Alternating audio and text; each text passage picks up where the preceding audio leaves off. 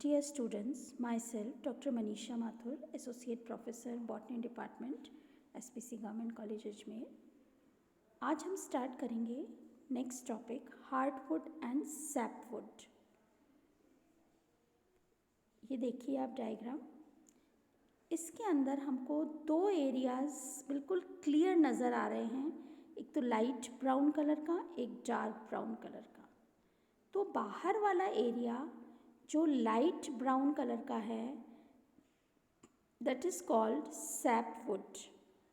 अंदर मिडिल वाला area dark brown colour का है that is called hardwood. Sapwood and hardwood. Sapwood क्या होता है? When a tree is young, जब ट्री यंग होती है, certain cells within the wood are active and capable of conducting sap or storing nutrients, and the wood is referred as sapwood. The sapwood is also termed as alburnum. जब कोई भी tree young होती है उस समय जो xylem, would को हम जाइलम को वुड भी बोलते हैं, उस समय जाइलम के कुछ सेल्स एक्टिव होते हैं and are capable of conducting sap or storing the nutrients. इनके ये वाले सेल्स जो होते हैं लाइट ब्राउन इन कलर होते हैं और कंडक्शन में एक्टिव होते हैं, conduction of water and soluble minerals in the tree. ये सेल्स कहलाते हैं एल्बर्नम। जबकि दूसरे तरह के जो सेल्स होते हैं हार्डवुड, ये जो होते हैं ये central wood of the trees, बीच का एरिया जो होता है ट्रीज का वो कहलाता है hardwood. As new sapwood is formed under the bark, the inner sapwood changes to the hardwood. जैसे जैसे नया वुड बनता जाता है तो जो पहले जो सैपवुड था it changes into the hardwood, वो अंदर आता जाता है, अब वो कहलाता है hardwood. In the wood undergoing this changes the living cells die. ये जो वुड होता है हार्ड होता है, डार्क इन कलर होता है और हार्डवुड भी कहते हैं इसको और ड्यूरामिन भी बोलते हैं, it is also called duramen. Hardwood mechanical strength देता है और हार्डनेस देता है ट्रीज को, क्योंकि इसके अंदर टेनिन और रेजिन्स स्टोर्ड रहते हैं और इन सेल्स में बैक्टीरिया और फंगस का इन्फेक्शन नहीं होता है। ये जो वुड है ये यूज़फुल रहती है डिफरेंट ऑर्नामेंटल थिंग्स या फर्नीचर ऑफ हाई क्वालिटी का फर्नीचर बनाने के लिए ये वुड काम में आती है। आपसे वाइवा में क्वेश्चन पूछें कि फर्नीचर कौन सी वुड से बनता है तो you will say hardwood. Hardwood is best for making the furniture. Sapwood, क्योंकि सैपवुड में लिविंग सेल्स होते हैं इसलिए sapwood is not good for making the furniture, वो नया वुड है सैपवुड। जबकि हार्डवुड जो होता है वो हार्ड होता है, HARD हार्ड होता है, इसलिए वो यूज़फुल रहता है फर्नीचर बनाने के लिए। Sapwood is the living outermost portion of a woody stem or branch, while hardwood is the dead inner wood which often comprises the majority of a stem's cross section. You can usually distinguish sapwood from hardwood by its light color. हम easily distinguish कर सकते हैं colour के आधार पर, but color in wood can be very misleading. Not all hardwood is dark and not all dark colored wood is hardwood. And the relative amounts of sapwood and hardwood in any stem can vary greatly among individuals, species, and growing conditions.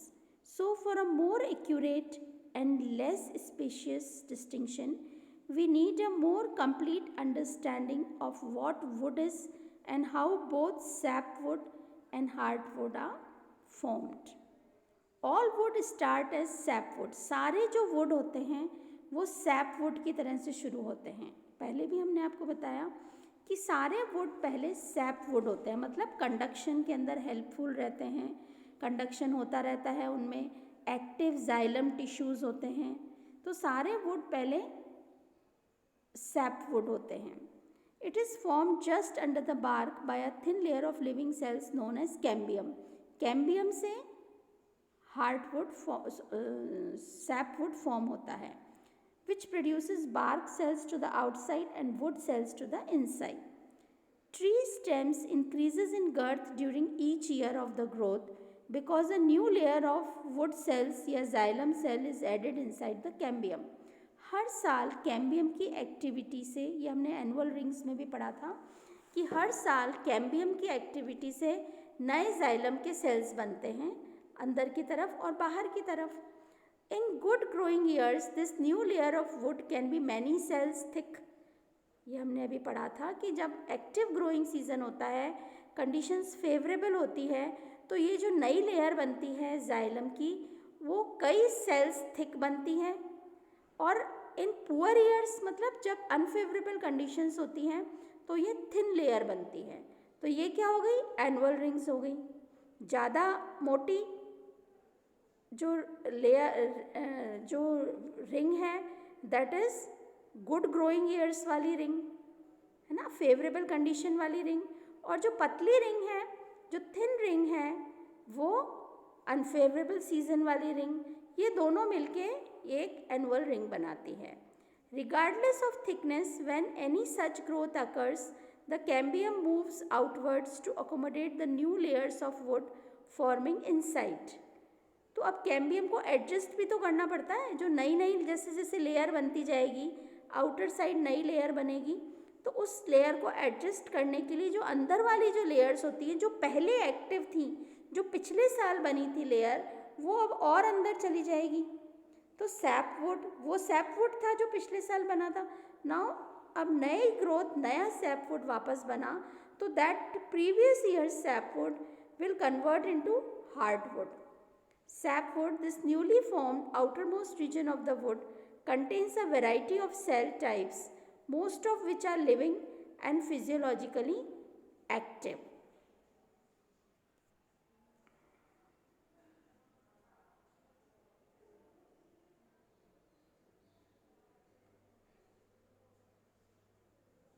This sapwood is where water and dissolved minerals are transported between the roots and the crown of the trees, and to a lesser extent where energy reserves are stored. In young trees and young parts of the older trees, all of the wood in the stem is sapwood. जो छोटी trees होती है, जिनकी as कम होती है, और जो young parts होते हैं ओल्ड ट्रीज़ के, उनके अंदर सारा का सारा वुड ही सैपवुड होता है, एक्टिव वुड होता है. But as the tree gets older and its trunk increases in diameter, the things change. जैसे जैसे ट्री की एज होती जाती है और उसका जो ट्रंक है वो बढ़ता जाता है, it increases, तो सारी सिचुएशन चेंज हो जाती है. अब जो इंटायर पूरे क्रॉस सेक्शन को ज़रूरत नहीं है कंडक्शन की, जो बाहर बाहर वाला एरिया है, जो सैप वुड है, वो ही कंडक्शन में हेल्प करता है. This, combined with an increased need for structural support, causes significant changes in the wood. As these older sapwood cells age and die, they become hardwood. मैंने अभी आपको बताया था कि पिछले साल वाला जो sapwood है, वो कन्वर्ट हो जाता है हार्डवुड में. That is, they are altered to accommodate a shift in function. और अब उसकी जगह कौन ले लेता है? नया बनने वाला sapwood. As residues of the once living cells and additional chemical compounds from elsewhere in the plant accumulate in the hardwood. अब क्या होता है कि जो प्लांट के अंदर कुछ केमिकल कंपाउंड्स जो होते हैं, वो भी आके इस हार्डवुड के अंदर एक्यूमुलेट हो जाते हैं. ऐसे सेल्स उसके अंदर हार्डवुड में एक्यूमुलेट हो जाते हैं जिनमें ट्रांसपोर्टेशन का काम बिल्कुल ख़त्म हो गया, जिनका कंडक्शन, वाटर कंडक्शन का काम ख़त्म हो गया जाइलम का. बस स्टोरेज का काम हो गया कि कुछ सेल्स कुछ चीज़ों को स्टोर कर रहा है, ये टेनिन्स को, रेजिन्स को, इनको. These compounds, including resins, phenols, terpenes, sometimes referred to as extractives, not only help make hardwood more resistant to attack by insects and decay organisms, but also tend to give this inner portion of the stem a distinctive dark color. जो hardwood का dark colour है, that is due to accumulation of these resins, phenols, terpenes, इनको एक्सट्रैक्टिव्स भी बोलते हैं, और ये आके हार्डवुड के अंदर एक्यूमुलेट हो जाते हैं. तो इनकी वजह से हार्डवुड रेजिस्टेंट हो जाता है इंसेक्ट की अटैक से. इंसेक्ट इसमें अटैक नहीं कर पाता हार्डवुड में, और जो बैक्टीरिया वगैरह जो डिके करते हैं वुड को, वो भी इस पे अटैक नहीं कर सकते. For example, the famous dark brown of black walnut lumber and the striking red hues of black cherry boards occur only in the hardwood of these trees, and the cells nearest the center of the trunk die. बिल्कुल बीच वाले जो sales होते हैं trunk के, वो ख़त्म हो जाते हैं, मर जाते हैं, क्योंकि वो बिल्कुल दब जाते हैं. लिविंग काम उनका रहता नहीं है, कंडक्शन का काम रहता नहीं है. As these older sapwood cells age and die, they become hardwood. इसलिए इनमें शिफ्ट इन फंक्शन हो गया. पहले जो सैपवुड था that is converting into hardwood. There is shift in function as residues of the once living cells and additional chemical compounds from elsewhere in the plant accumulate in the hardwood.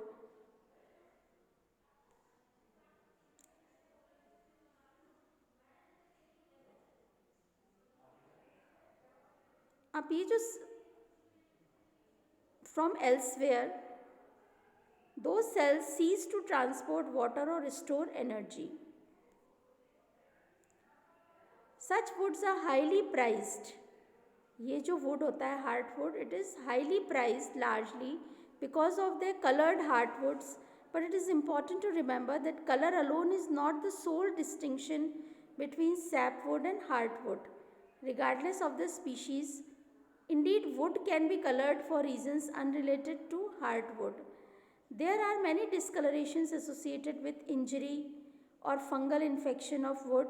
For example, and some hardwoods, including that in most spruces, fir, cottonwood and basswood, are naturally very light color. कई plants के hardwood light colour के भी होते हैं, जरूरी नहीं है dark colour के ही हों. Then again, if these light colored hardwoods are injured, they often do become darkened by discoloration. अगर इनमें किसी तरह से इंजरी हो जाती है तो ये डार्क कलर के भी हो सकते हैं. तो हम ये सम अप करते हैं कि sapwood, which is nearly always light in color, results from new wood formation. sapwood हमेशा लाइट कलर का होता है और नए वुड से बनता है. Hardwood, which is often but not always dark colored, results from the natural aging process of the tree. Hardwood जो है एजिंग से डार्क कलर का हो जाता है, लेकिन दोनों का कलर ज़रूरी नहीं है यही रहे. Typically there is less sapwood than hardwood in any given stem. कई ट्रीज़ के अंदर सैपवुड बहुत कम होता है और हार्डवुड ज़्यादा होता है. The exception of course is in young trees and the youngest portions of the stem and branches. On older trees, इनके अंदर sapwood ज़्यादा होगा, are naturally dominated by sapwood. The proportion of hardwood to sapwood in the main stem does vary with species. Plant की species में अलग अलग होता है. Black locust for example has a very narrow band. Black locust जो plant है उसके अंदर बहुत narrow band होता है, often less than an inch of functioning sapwood. Sapwood जो functioning कर रहा है उसका बैंड बहुत कम होता है, जबकि मेपल जो स्टेम्स होती हैं उनके अंदर कई बहुत बड़ा सैपवुड होता है और बहुत कम हार्डवुड होता है. In general, more vigorously growing trees tend to have wider bands of sapwood. ज़्यादा विगरसली ग्रोइंग जो ट्रीज़ होती हैं उनमें सैपवुड ज़्यादा होता है. This sapwood hardwood distinction has important implications for wood workers beyond the obvious implications of color. Because sapwood containing the sap conducting cells of the tree, it tends to have a high moisture content. गीला wood होता है ये, sapwood जो होता है गीला होता है, high moisture content होता है क्योंकि इसमें water का conduction हो रहा है. This is good for the living tree, but it is not good for the woodworkers. जो carpenters होते हैं, लकड़ी का जो काम करते हैं, उनके लिए sapwood सही नहीं है क्योंकि ये गीला wood है, इसमें conduction हो रहा है पानी का. Because sapwood tends to shrink and move considerably when dried, and it is much more susceptible to decay and staining by fungi. क्योंकि ये गीला वुड है इसलिए ये डिके भी हो सकता है और फंगल अटैक भी इसके अंदर जल्दी हो सकता है. इसलिए hard would is more useful for furniture formation. ये भी हम देख सकते हैं डायग्राम सैपवुड और हार्डवुड का. बिल्कुल क्लियर कट डिस्टिंक्शन है कलर का. Sapwood is light coloured would and hardwood is dark colour would. ये क्रॉस सेक्शन है ट्री के ट्रंक का. You can easily see the difference. ये भी एक डायग्राम और है हार्डवुड एंड सैपवुड का. आप बना सकते हैं इसको हार्डवुड एंड सैपवुड.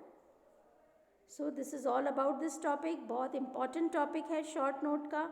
डिफरेंस वाले जो क्वेश्चंस आते हैं, राइट डिफरेंस बिटवीन, उसमें भी आता है right difference between hardwood and sapwood.